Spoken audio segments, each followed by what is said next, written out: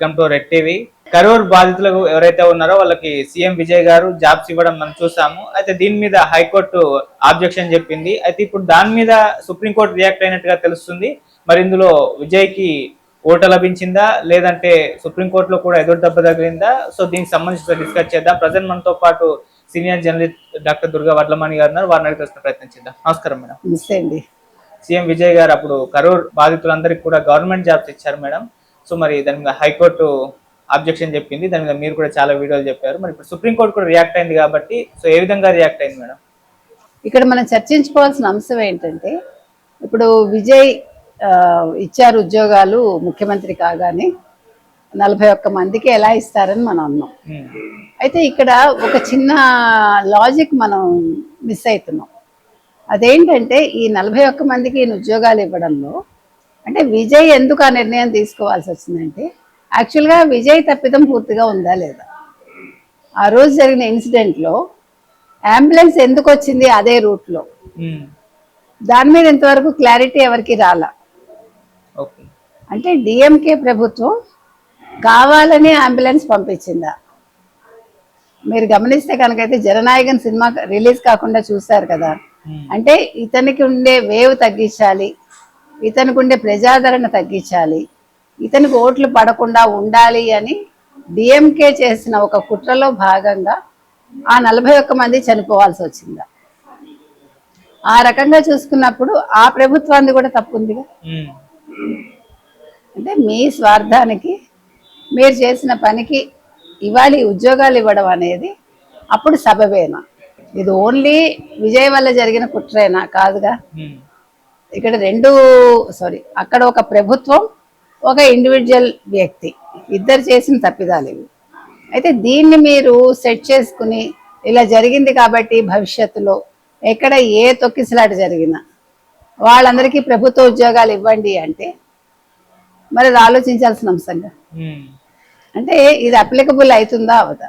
ఇప్పుడు సుప్రీంకోర్టు ఎందుకు ఇచ్చారా జడ్జిమెంట్, దాని మీద కూడా మరి ఎవరైనా మళ్ళా కోర్టుకు వెళ్ళొచ్చా? సుప్రీంకోర్టుకి ఒక తీర్పు ఇచ్చాక ఆ తీర్పుని మనం వ్యతిరేకిస్తూ సుప్రీంకోర్టు అయినా మనం కేసు వేయచ్చా? ఇది ఆలోచించాలి. ఆ టెక్నికాలిటీస్ మనకు తెలియదు. ఒక రకంగా ఇవ్వకపోవటం మంచిది. ఇప్పుడు కాంపన్సేషన్ అనేది విజయ్ ఇచ్చుకోవాలి. ఇప్పుడు కూడా నేను అదే మాట చెప్తున్నా. కాకపోతే డిఎంకే కూడా ఇన్వాల్వ్ అయింది కాబట్టి మరి ప్రభుత్వం తరఫున ఇచ్చారా, ఇలా ఇవ్వచ్చా ఇవ్వకూడదా, దీని మీద ప్రభుత్వం వివరణ ఇవ్వాలి, ప్రతిపక్షాలు వివరణ ఇవ్వాలి. ఎందుకంటే ఇది ఒక రాష్ట్రానికి మీరు ఇంప్లై చేసినప్పుడు మిగిలిన రాష్ట్రాల్లో కూడా ఇలాగే చేయమంటే, ఇప్పుడు ఏదో కారణాలతో స్టాంపీడ్ జరుగుతుందండి, వెంటనే ప్రభుత్వం ఉద్యోగం ఇచ్చేయాలంటే కుదరదు కదా. సో ఇవన్నీ ఆలోచించాల్సిన అంశాలు. మరి సుప్రీంకోర్టు ఏ ఉద్దేశంతో ఈ తీర్పు ఇచ్చారు, ఏ ఉద్దేశంతో హైకోర్టు తీర్పు మీద స్టే ఇచ్చారు, ఫర్దర్ గా ఏం జరగబోతుంది మనకు అర్థం కావట్లేదు.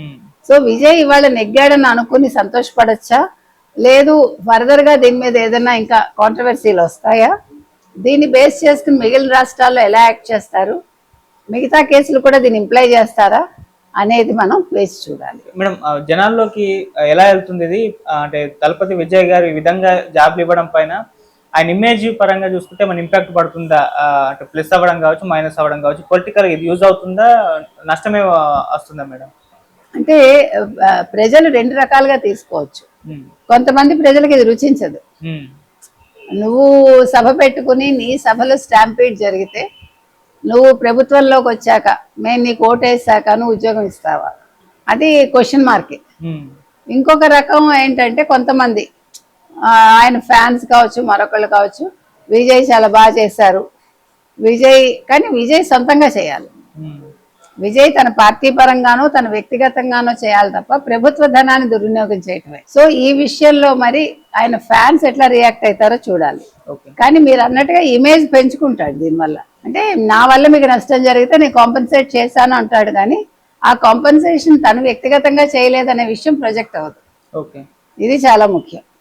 అందుకని దీన్ని సెట్ చేసుకుని దీన్ని బేస్ చేసుకుని రేపు పొద్దున తీర్పులు ఇవ్వచ్చా ఇవ్వకూడదా, లేదు మిగిలిన రాష్ట్రాల్లో దీన్ని ఇంప్లై చేయొచ్చా చేయకూడదా, ఇది చాలా పెద్ద క్వశ్చన్ మార్క్. అది మేడం, ఇప్పుడు విజయ్ గారు ఆయన సభకు వచ్చారు, అక్కడ తొక్కిసలాట జరిగింది కాబట్టి వీళ్ళకు జాబ్లు ఇచ్చారా, లేకుంటే ఫర్దర్ గా తమిళనాడులో ఎటువంటి తొక్కిసలాట జరిగినా అక్కడ ఇటువంటి పరిస్థితి వస్తే వాళ్ళందరికీ జాబ్లు ఇచ్చే అవకాశం ఏమన్నా ఉందా సార్ మేడం ఫ్యూచర్? అది చెప్పలేం మనం. ఇప్పుడు ఆయన సభలో జరిగింది కాబట్టి ఆయన దాన్ని తన భుజస్కంధాల మీద వేసుకుని ఆ రోజు ఏం మాట్లాడలేదు, ఆ రోజు దాని మీద వివరణ ఇవ్వలేదు.